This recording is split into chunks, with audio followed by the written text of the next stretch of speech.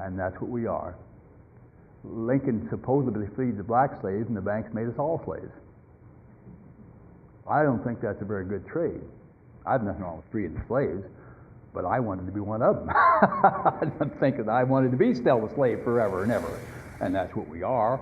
Now, some of us have a better standard of living, but then some slaves that got to work in the house and did things, they had a pretty good standard too. The guy that had to work out in the field all day and get whipped, he probably didn't have such a good life. And that's the way it is. The people at the bottom line, the very bottom, they struggle every day to make bills. I was talking to a woman the other day, and she was paid $7 an hour for her job. How many of you really believe that you could live on $7 an hour and maybe only get a 30-hour week? And I guarantee you, I work personally with lots of people that get off of one job and go to another one. I know a woman personally, and I bring it to my mind because I went to work with her. She was at work at 6 o'clock in the morning at Target. Later that afternoon, I went into Byerly's, and she was working at Byerly's the afternoon shift. And this is just not an isolated incident. I mean, this is going all the time. This is what they've done to her, and she don't have a clue. She just knows what she has to do to feed her family, and she does it with a great smile on her face. I give her all the credit in the world, but it just makes me really sad that a woman, or a man, or anybody else has to work 2 jobs and probably at least 12 to 16 hours a day to take care of the family. That's just not right. It's not moral. It shouldn't be allowed in any sense of the word. And so what we've got to do, we only have one choice left to put money into circulation. It's got to be spent. Now you have to think about just how you're going to spend money.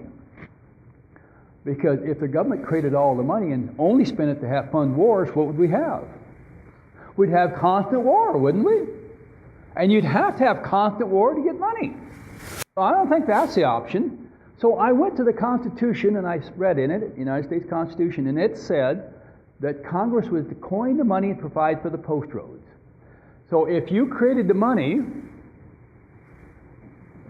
and built a road that everybody could drive on in lieu of taxation, now don't you think that would be a very good way to spend money into circulation?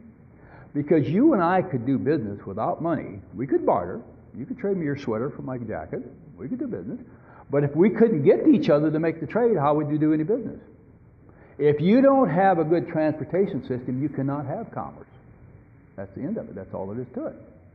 So if the government, or we could do it through the state banks, either way, but it's got to be done a little different then. But if the United States government would actually do what the Constitution said, and it create the money, and it spend it in to provide for the post roads, and that's what it says, the Congress shall coin the money and provide for post roads, then you would have a perfect money system because you'd have a great transportation system, a modern and upkept, that you didn't have to fall in all the holes and all that stuff. I was talking to a guy in the union the other day, and I said, well, you could heat them roads. Oh, he said, that'd be so easy. Because when we build a road, we have to build the foundations like you do with a house. And when we was down there doing that, we just shoved the pipes in the ground. We could heat these roads in Minnesota with geothermal heat, and it wouldn't hardly cost anything, just electricity.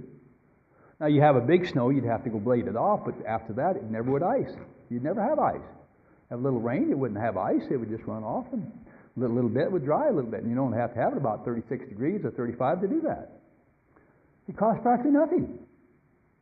But you got to have the capital to start with. And of course, the more money you have to borrow to do things, the shorter money actually ever becomes. Because Larry just told me the other day, he figures right now the total money supply is about 15 trillion. I just read the other day where the total debt, now this is just business, government, and debt, is 59 trillion. Now, don't you think that's kind of a shortage of money supplies? How in the world could you even begin to pay the interest on $59 trillion, only $7 trillion in the whole economy? Because you get a lot of it, now you got to buy, sell food, don't you? I don't know about you, but I have to eat at least once a day. I get kind of cranky if I don't anyway. And I like to drink a little Coke, or probably shouldn't do that, but even water, it costs me to get water into my house. Now, you think about this. If you did this without any taxation, and now if a government creates the money and spends it, it don't need tax, does it?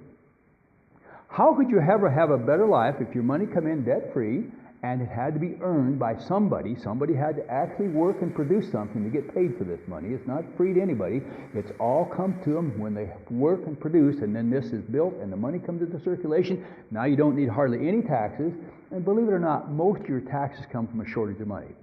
When people are really short of money and they can't hardly pay the bills, what do? They go to the government and ask for some social service, don't they?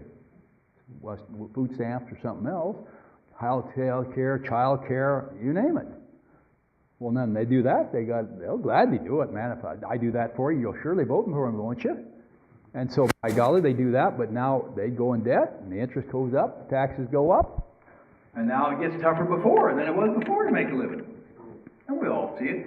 Everybody I talked to, I was just at an acreage conference downtown St. Paul yesterday, and almost all of them are in agriculture sometime, and every one of them said, man, you just can't hardly stay up. Just hardly can possibly stay in a lot of water, and most of them aren't actually. They just got to keep borrowing more money. Well, of course, that's easy to understand when all money is created as loans. And if you did this, you would have almost a perfect money system. You'd have a really good transportation system. You'd have lots of money to do business with no debt and no taxes. Now, I don't see why we all wouldn't like to go work for that. And with that, I'm going to close, and I'm going to open it up. If any of you have any questions, I'd sure be glad to do whatever I can to answer them, or if I didn't make anything clear, whatever. I'll quit and start to answer. Yes? Well, just to make clear now, right now, the only way money gets into circulation is through an interest-bearing loan from a bank. And what you're saying the solution is to have the states or the federal government pay money to construction people for the infrastructure of the United States. In other words, create a new way that money gets into the system. That's correct. And you could do it with other ways too. The reason I did this particularly with transportation is because that's clearly constitutional. I mean, it's written right there in black and white. Nobody can deny what it says. Now, I also think, like in California, where they're having this big shortage of water, they could also build a desalination plant and just create the water right out of the ocean. They got a whole ocean right there. What is it, world night, 85% water or something like that? I don't think we're going to run out of it tomorrow. Besides, I've checked, water you can't destroy it anyway. You can boil it and then go into steam pretty quick, it condenses, it goes back down the range, and you got it all back anyway. You can change form, but it doesn't go away. So, we haven't even begun to touch the potential that we could have in the world, in this nation, of things we could produce and things we could do if we got rid of a debt money system and put in a system based on production of wealth, where money was created as the production of wealth. As wealth was created, money was created as no debt, but as a payment to people who actually do the first production. I particularly like roads because it's so evident that right now the government builds roads and we all drive on them, don't we? And they basically hold it in trust and repair it for us. Now, we pay taxes to do it, but what if they did the same thing by creating new money and put it in circulation without debt? You wouldn't need the taxes. You wouldn't need to borrow. If you got rid of all the interest and taxes, they wouldn't take 40% out of my check before I got it. I'd get it all. That'd be a tremendous raise. Wouldn't cost anybody a dime.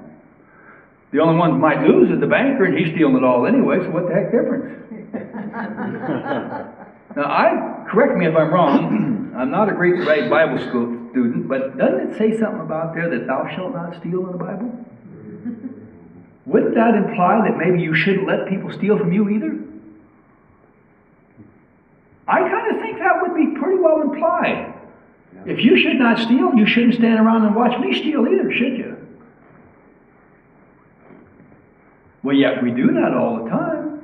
And I don't know about you, but I drive around the city and I see a church on every other block. Maybe not quite, but close. Not downtown Minneapolis, you get in the suburbs, and man, how many churches did we see on the way here? Oh, lots of them. Well, if we've got all these people who really believe that thou shalt not steal, why are they so willing to sit around and watch somebody else steal?